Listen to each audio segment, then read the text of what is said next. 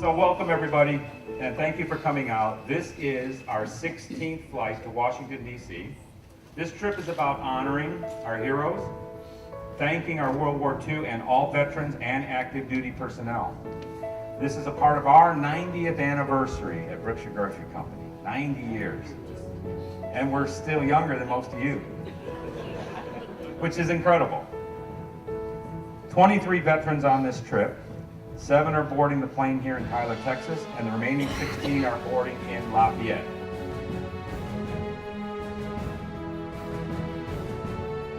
This trip is about honoring and thanking World War II veterans and active duty personnel. Including this trip, we've had the privilege of escorting 462 veterans to Washington, D.C. from 113 different communities.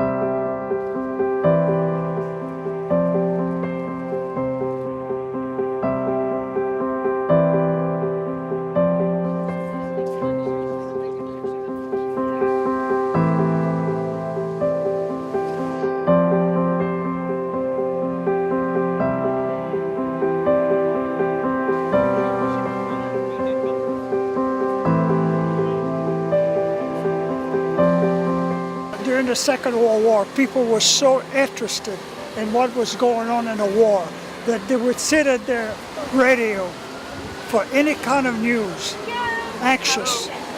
And that's what signifies this particular monument. I remember that myself, an old broken down radio, and we're sitting at night listening to every bit of news we could possibly get.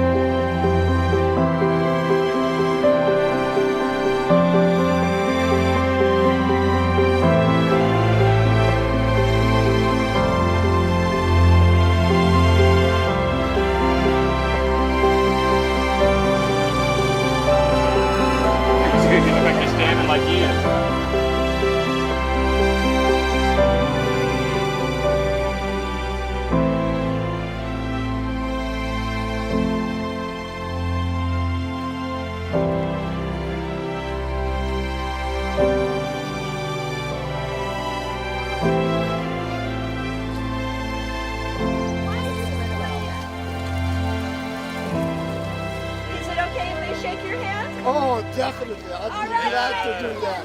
Oh, yeah. Super happy. That's good. Y'all be good students now.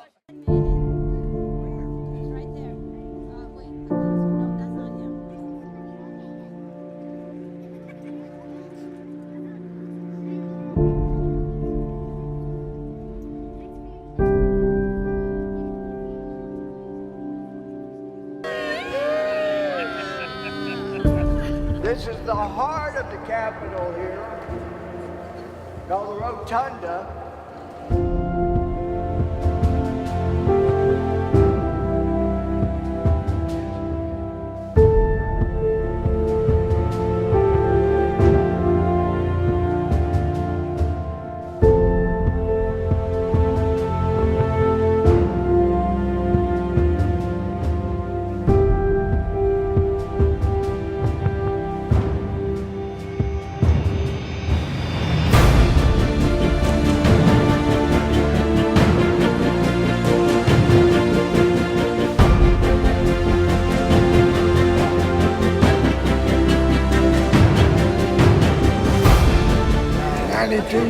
old, I guess? 92. So we appreciate your service. We appreciate what you did for us.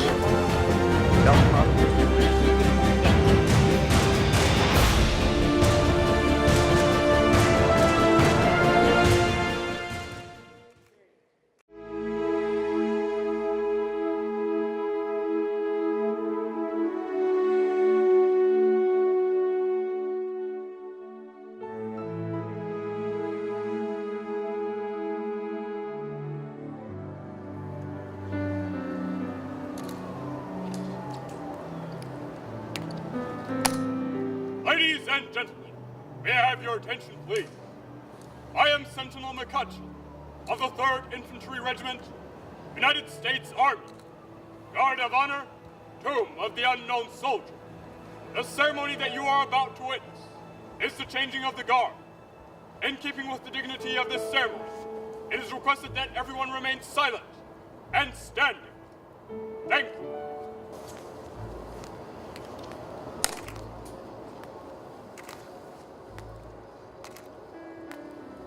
Ready? Hey! Pass on your orders. Post and orders. Remain as directed. Orders. Acknowledged. Ready?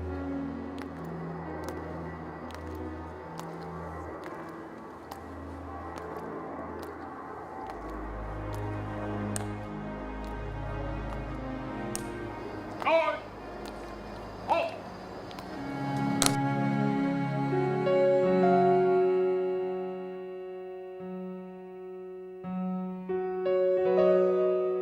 He's Purple Heart. Those are all his commendations. Isn't that something?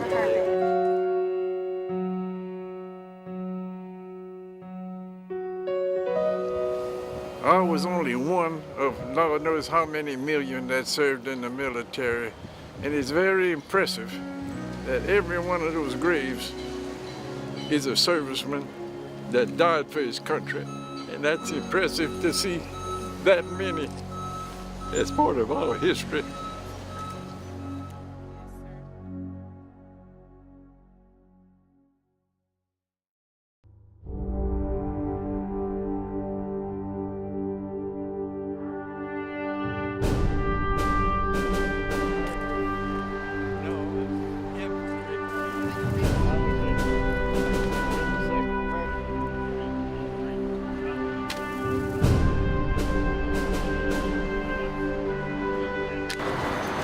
I wonder if those guys ever had an idea that they would be so prominent. Oh, there's no way. In this country. Yeah, there's no At way. the moment they stuck that staff. Yeah.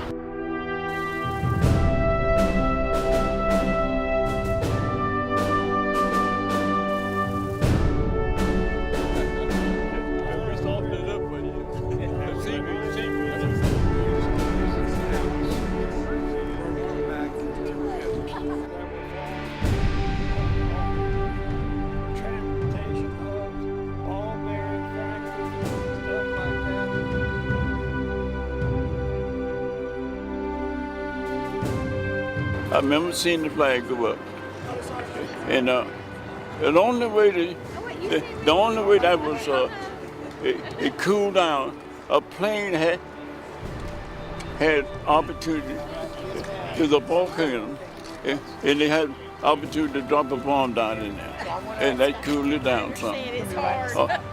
But now the big ship can't get close to the beach, and there were so many people killed there that the ship was picking up blood. So many.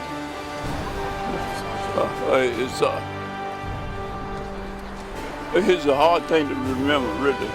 Yeah.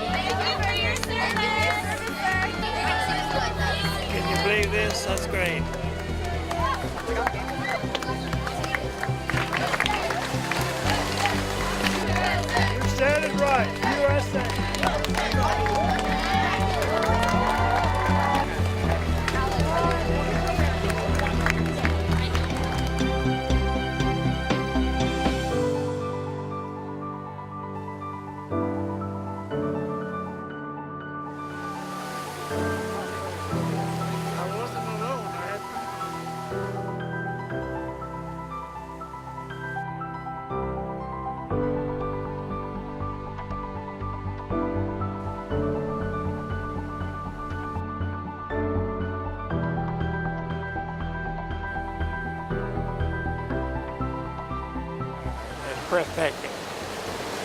It's just, it's amazing what's been done here at this place.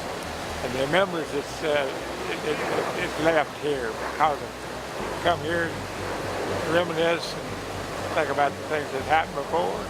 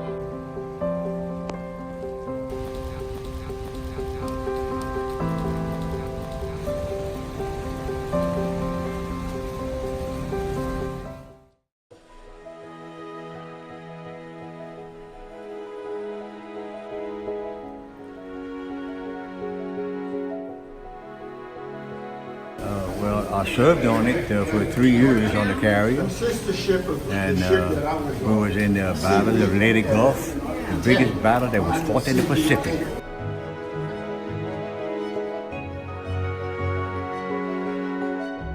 My primary job was I did all the training film and ran the 2 theaters on the base. I got to show the film of when it was still classified of the test at Los Alamos and all the bombing of Japan. When it was so classified, there was only a few officers permitted to see it.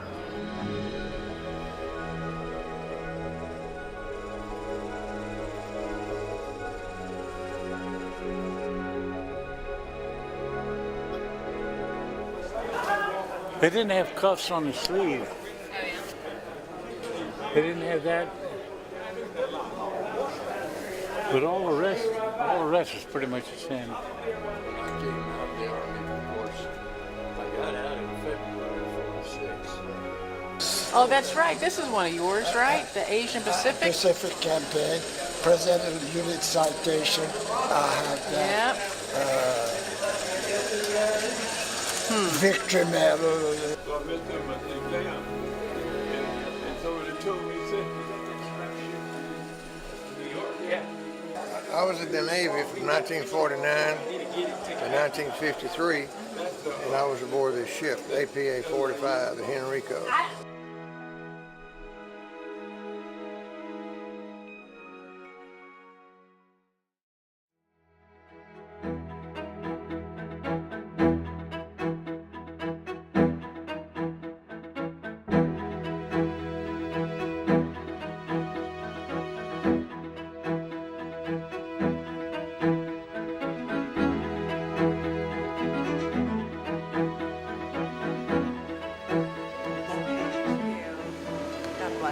Thank you.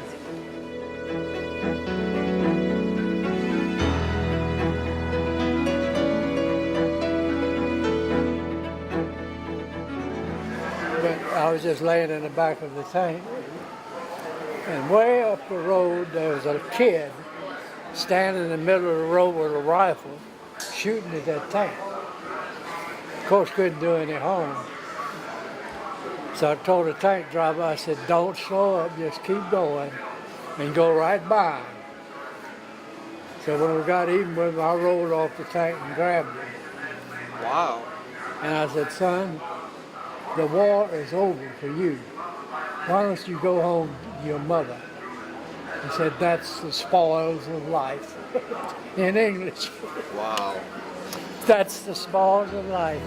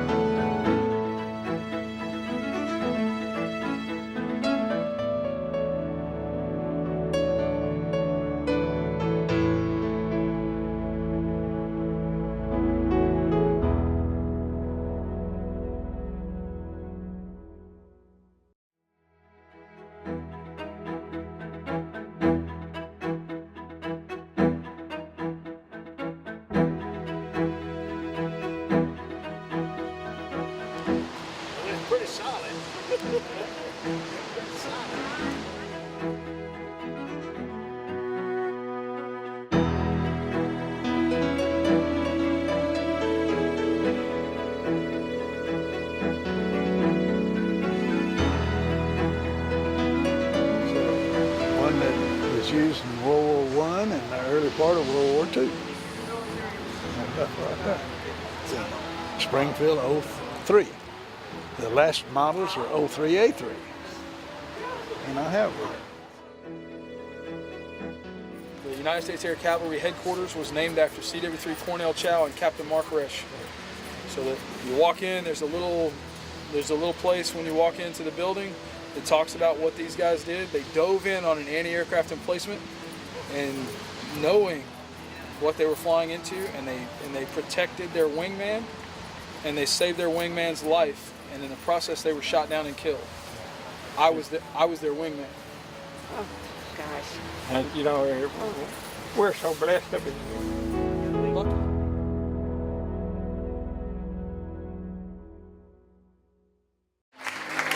God bless you, Brian, and welcome to night to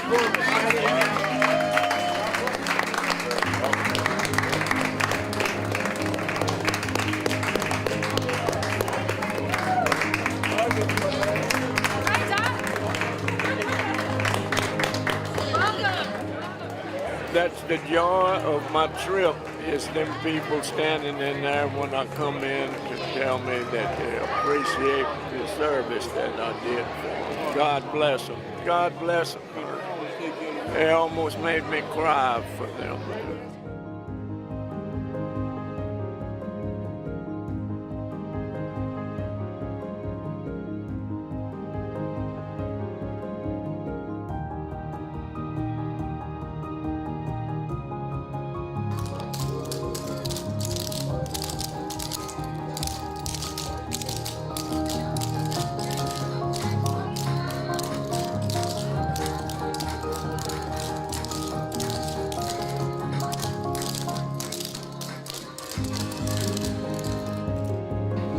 We do have a treat for the veterans tonight. And back in Texas and Louisiana and Arkansas, as I just mentioned, we now have some from Virginia. There are school kids that have written thank you letters to our veterans. And you actually got some letters tonight, some cards from students in this area. But we have a bundle of letters for each one of you veterans saying thank you. And I think one of the really nice things about the effort to bring veterans to Washington, D.C. is it does give an opportunity for the younger generation to see what you did, to meet you, and to say thank you. And these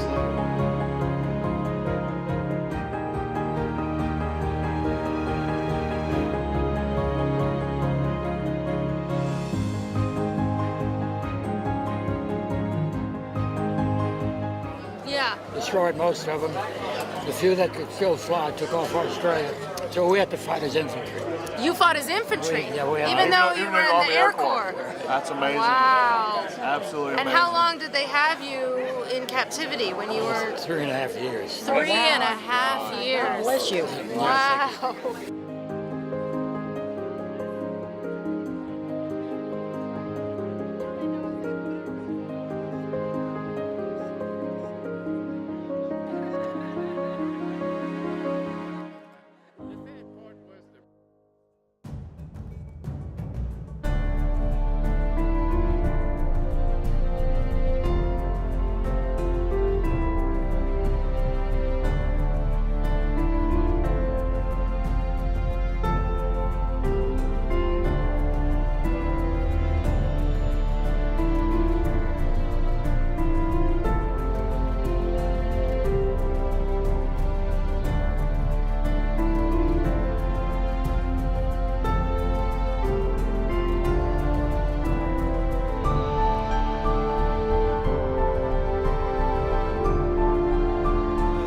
A window to look out of. I was on the other side of that plane, and I tease people, kid people. I think maybe that's the reason I wasn't as frightened as some other people, because I didn't have a window to see what was going on all the time.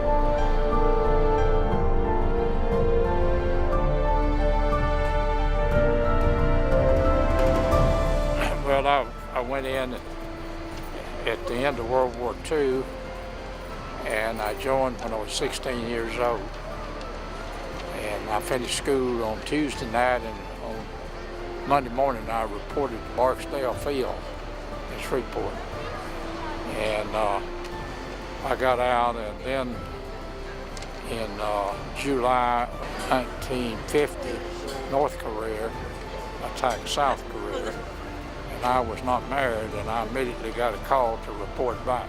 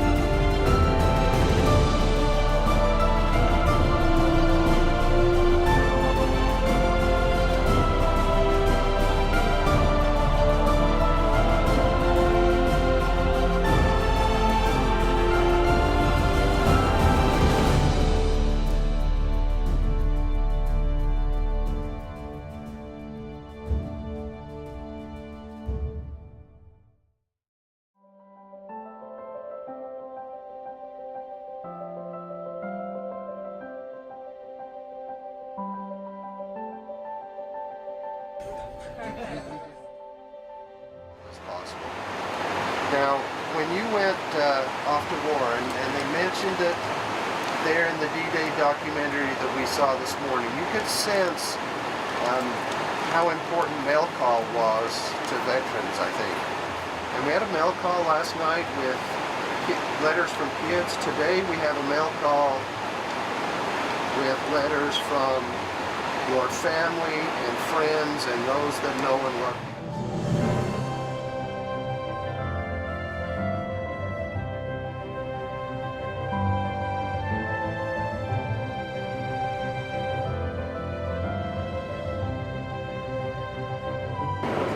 Oh, Lord. You're going to draw tears from me here. This is my grandson in Florida. That's granddaughter and great-granddaughter, and that's from my daughter, or one of my daughters.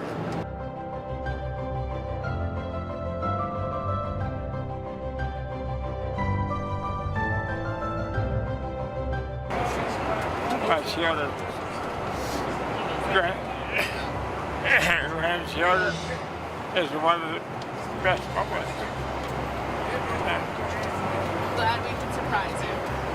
Say that again? All over the United States.